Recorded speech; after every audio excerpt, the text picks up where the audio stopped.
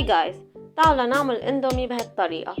أول شي بدي جزر، بصلة، ملفوف الأبيض، ملفوف الأحمر، وفليفلة، وبدي 3 اندومي.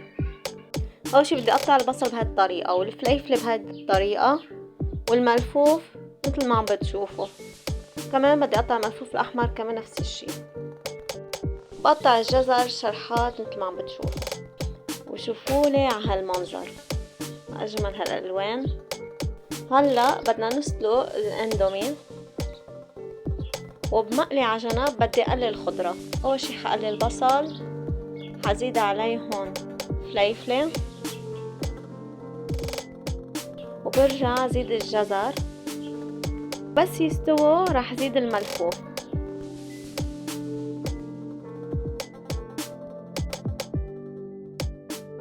هون بدي اخد شوي من المرقة طبعا يلي سلقت فيها الاندومي، وبزيد ملعقة كبيرة من رب البندورة، والماجي يلي كانت بالاندومي زيد عليهم. وهون بزيد الخضرة فوق الاندومي. خلصت، قدمتهم بصحن. هون في اكلها بهيدي الطريقة مع خس وحامض، كتير طيبة، وان شاء الله الف صحة.